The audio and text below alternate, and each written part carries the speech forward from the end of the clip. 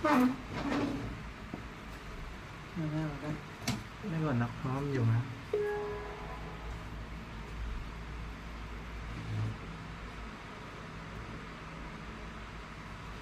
แต่ไงมือมันไม่เหลืออยู่อันไอ้เจียวไม่ได้จับเนี่ยเอาขนมกิน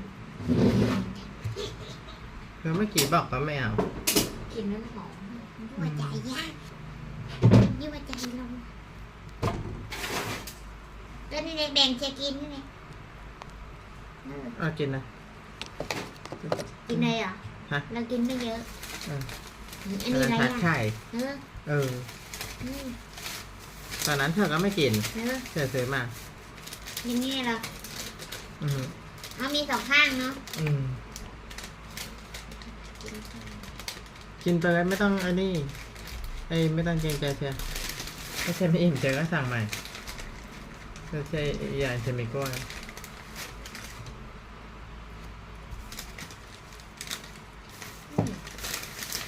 เอาหมูสับก่อนดีกว่าเพราะว่ามันไอ้นี่เบอร์เกอร์ถ้ามันหายร้อนแล้วมันจะไอ้นี่ไอ้นานทาไข่ยังได้อร่อยถ้าคนนี่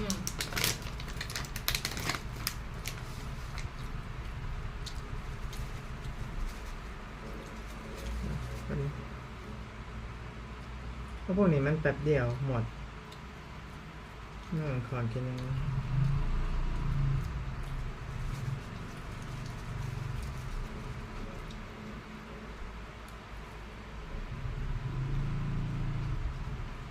่ไงรายได้หายไปแล้วมีช่องให้ปรับรายได้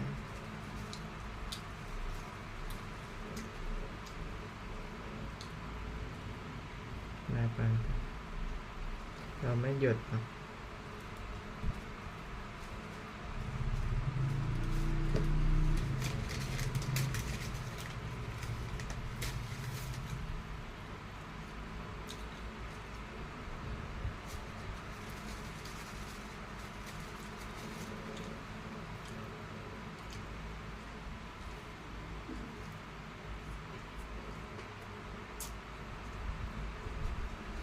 วันนี้พ่อให้เอาแข็งพ่อไปไหนไงซื้อพ่ออยู่ที่ไหนนะเอาเหรอเสาร์อาทิตย์แล้วเหรอ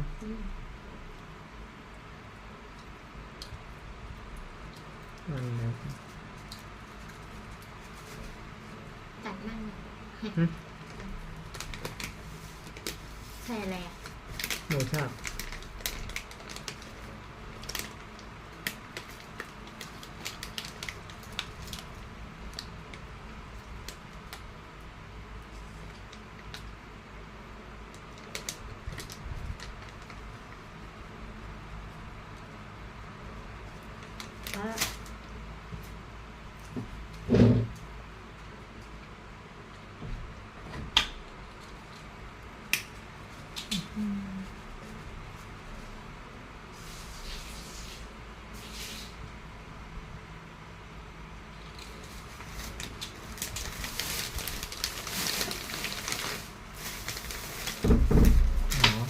ก็ให้จอดไม่แค่เดียว2 อัน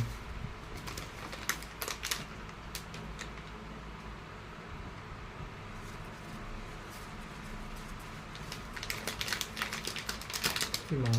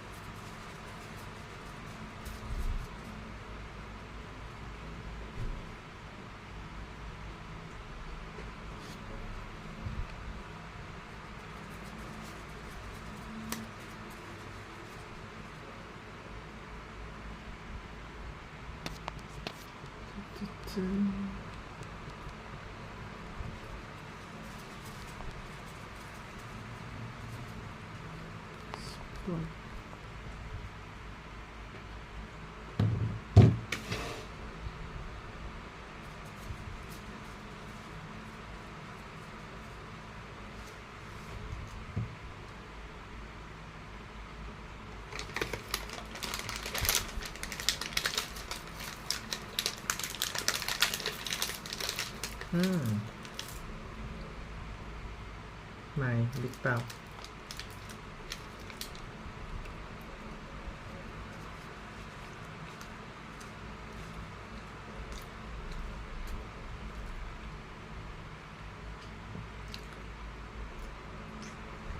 กินขนาดนี้เหรอครับ อืม กินขนาดนี้เหรอ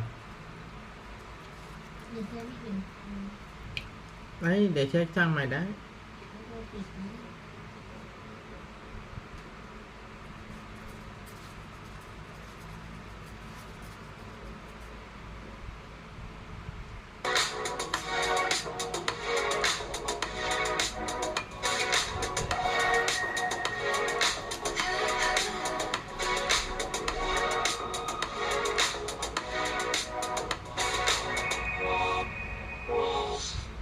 Welcome to the Ken McElroy Show. I'm your host, Neil. Hey everybody, how are you guys today? We're just having some fun leading up to this. Hey, welcome. Hope you guys had a great weekend. Definitely.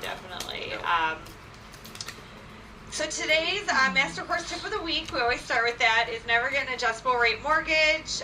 You definitely want to do something that's a smart mortgage. Yeah, before we jump off of that, so what you guys need to pay attention to, I think, when you're looking at mortgages or interest rates, you'll always know what the bank wants by what they're offering you. So it's like when I used to live in Vegas, like you knew that the occupancy was low at $89 or $99 rooms, that those were like the teaser rates to get you to stay in some place. Same thing with interest rates. So you're going to see these really tempting offers, and so be careful, because it'll look like a better deal, but it might be for 1 year or 2 years or something like that. So just be careful and think long term. Definitely. So we have people from all over today: Cincinnati, Toronto, Europe, Turkey. They're just all over the world watching. Good. Well, Trying thank to you. educate. Shout out to everyone. I have no idea what time it is in Europe or Turkey. Nice to have you guys. So this weekend we basically just did nothing. Oh wow, that's not true. I did a lot. That's You true. did I nothing. did nothing. I sold a home, and I had all this really cool art. So I like art, and so I had it all shipped down to Arizona, and anyway, it was cool actually unpacking it all and kind of getting it ready to display again in our home in Arizona. Yeah, it's looking good. Took 2 days. Yep, and you're on day 7 of your 10-day class? Day 8. Day 8. Yeah, I'm on a detox. You guys might know I do 2 a year, and I feel so much better. Yeah, definitely. All right, well, if you guys are watching, make sure you hit the like button. We always appreciate that, as you know. And also, we're doing another free webinar on wholesaling. So make sure you check that out. It is next week. Go ahead and sign up at kenmcroy.com/webinar. It's a great, wholesaling's great if you have no money and you're trying to get started. Anybody, you don't need money to do it. So it's a great way to get into real estate. It is. It's a great way to learn. Yep, totally. So today we're going to be talking about lessons from a pro investor. Yeah. So That would be you. we started talking about this over the weekend. We kind of narrowed it down to 5 lessons. What are the top? There's a lot, obviously. There's a lot of lessons. Yeah, but we picked 5, and we're going to talk about those. And so, some of these are hopefully not too foreign to you guys, and hopefully you adopt these, because these are well thought through. These are things that we talked about literally over the whole weekend while we were figuring, or working on all the art stuff, and we came to these top 5. So hopefully you enjoy them. Yes, definitely. So the first one is a mistake that I kind of made. Yeah. Which was paying off my properties as I go. Yeah. So this is really common. So essentially, this is all about debt. I was afraid of debt. Yes, as I understand this, if you take a look at it, there's kind of, there's good debt and there's bad debt. And of course, hopefully you know the difference. So good debt is debt that's used that other people pay off for you. And bad debt is debt that's used for like credit card debt or things, where you're racking up debt and you're paying these 18 to 20, 22% interest rates. So those are the 2 kinds of debt. And unfortunately, not all debt is treated the same, and so debt is kind of a bad word, I guess. And so like you, like my parents, like my brother, like so many others, that they don't like to be in debt. They have this stigma around debt. And I'll tell you guys, as we're moving into this next period, Facts are the facts. You know, we have high inflation right now. Cash is a liability and debt is an asset right now because of inflation. So if you can fix debt, then you're actually beating inflation. So it's hard to wrap your head around, but this is kind of the mistake a lot of people use. The whole point, if you think of, you know, I did a talk in Dallas about a month ago, actually with Kiyosaki and George Gammon, and Ron Paul was there, and Simon Black, and a whole bunch of really, really smart people. And we talked about, my talk was be the Fed. Because, you know, right now, everywhere, people are printing cash, adding cash to the, you know, to take care of everything. And we're not going to go down this rabbit hole and say why. The point is they are. So the countries, states, they're all getting more in debt to take care of the people, period. So be like that. You know, do what they're doing. Well, just as like a general example, I mean, I, you know, paid cash for my first 2 properties, and if I would have just put down, you know, the 20% down payment, I could have a much bigger portfolio. Yeah, right now you have 3, you probably could have had 5 or 6. Yeah. Yeah. So, you know, history's a tough lesson. I mean, it didn't turn out bad for me, but it could have been better. No, and the other thing is, let's don't discount the fact that you have a lot more cash flow. Yeah. So, you know, and that was your goal back then, was to be financially free. But I think a lot of times people are, that, you know, you need to look at debt as a tool. Mm-hmm. That's it. You know, there are times to use it and times not to use it. So I don't use debt, obviously, for buying anything that goes down in value. Right. Period. I don't use debt for land. I just pay for land. You don't want to be, there are things that I have, like the resort that I own in Sedona, there's no debt on it. And the reason, I could put a lot of debt on, the thing's worth a lot of money. But I don't want to ever have, I want the cash flow to be able to produce. So there's choices that you could make around what you should have debt on and what you shouldn't. But the general rule is, if your debt is covered with somebody else paying it, not you, not from your paycheck, you know, somebody else, then it's better. You know, a lot of people use debt to cover inventory. Let's say they're a manufacturing company. They have to take lines of credit,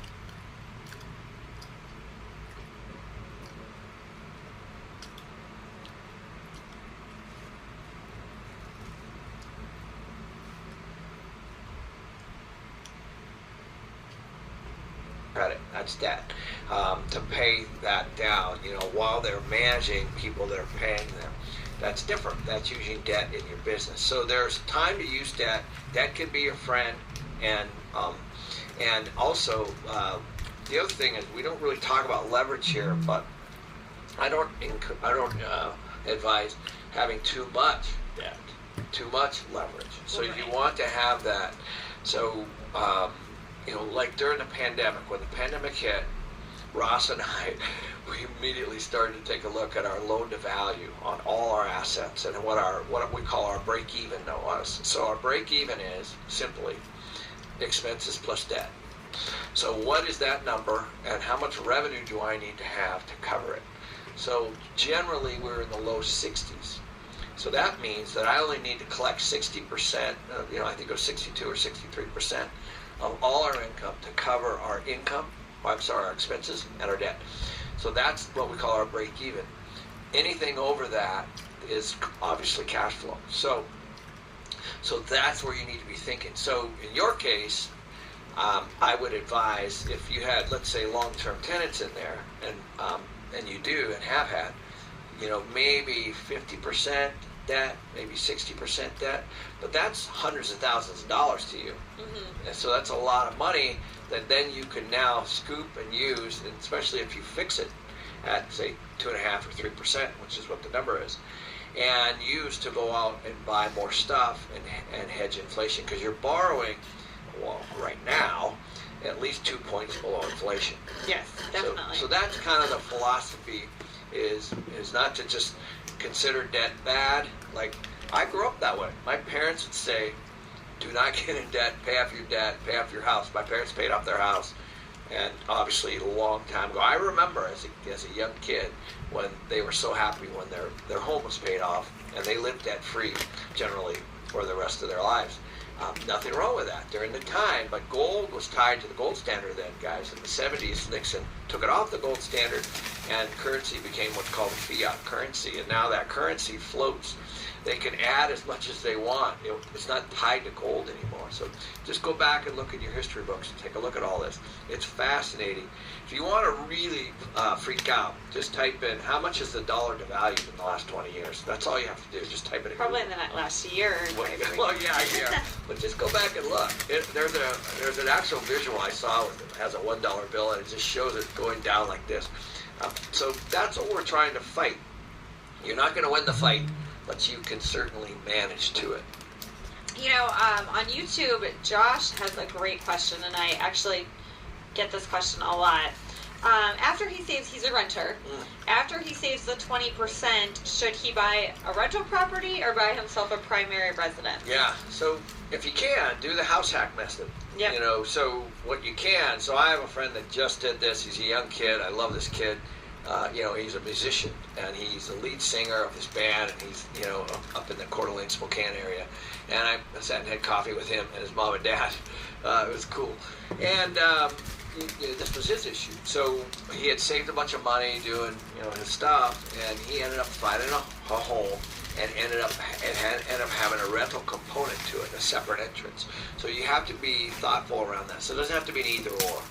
And in my opinion, you should look at, and I have another young kid where my good friend's son is in the military, and so he was at Fairfield Air Force Base, I think, in the Spokane area. And he did this. He bought a 4-bedroom home and rented 3 of the rooms out to some of the guys. Well, listen, you don't really need a separate interest. Like even, Josh, even if you buy a condo and it's a 2-bedroom, you can rent the other bedroom out. Yeah. And another thing to consider is sometimes people have a really good deal on your rent. If you're renting from a landlord and they're not charging you very much, it might make sense to just buy something and rent it out. It depends on your specific situation. Yeah. But you do want to take advantage of the using debt and where the market's headed, because real estate prices are inflating as a result of what's happening right now. So it doesn't have to be an either or. You can do both. You can buy a primary residence and rent out the piece. And the goal, of course, is to figure out a way to cover that mortgage. Yeah. So if you're able to use your 20% and then rent that, upstairs, above the garage, back basement or whatever it is to cover, then now you basically use your 20%, you moved into the house, somebody else is paying for it. Yep. And Michael brought up a good point. He says you don't even need the 20% if you house hack, since you're going to live there. Yeah. So you might really be able to point. find Yep. a lesser Great point. Yep. So let's move on to the next thing that we learned. This was yours. You said you would engage a property manager before you buy. Yeah, so now this might seem odd, but one of the things that actually is funny, well, I'll tell you 2 stories. The first one was when I was raising capital way back in the days, 20 plus years ago, and my buddy said, hey, this guy wrote this purple book called Rich Dad Poor Dad, and he just kind of retired, and he lives in Phoenix. And I'm like, well, introduce me, because I'm raising money for deals I was doing. So obviously it was Kim and Robert. This is the very first meeting. So I went to the store, grabbed Rich Dad Poor Dad, and read it real quick. In the book, Robert says the most valuable person on your team is the property manager. And the first thing I said to him when I sat down with him, this is a true story, for lunch, I said, I've never seen anybody say that, because nobody really understands, the value of a property manager. A good one. Yep. And so, and that was my very first thing I ever said to Robert and Kim. And we had a long chat about that, because that was my background. And so what would happen was, and I'll give you a really crazy story. I used to do a lot of fee management back in the day. And there was a guy, he had like a 30-unit building in San Diego. And he was literally on his boat. It was all paid off. And he would go and collect they had washer and dryers and stuff like that. And he was like sailing and enjoying himself in San Diego and all this stuff. And it was full, and the thing was a cash cow. It was like awesome. And I don't know if it was all paid off, but it was really paid down quite a bit. He'd owned it for a while, and he'd bought it back when he was working a lot. So it's only 30 units, but it was San Diego, so prices were up. So some broker convinced him, you know, I don't know if you realize how much this thing's worth, but it's worth a lot. And back in the day, maybe, you know, let's call it $10 million or something. So the guy's like, oh, I can do this again. I can roll this. And so he put the building in escrow and actually sold it. And then he wanted to do a 1031 exchange. And he found a property in Mesa, Arizona, which is where the area I'm from.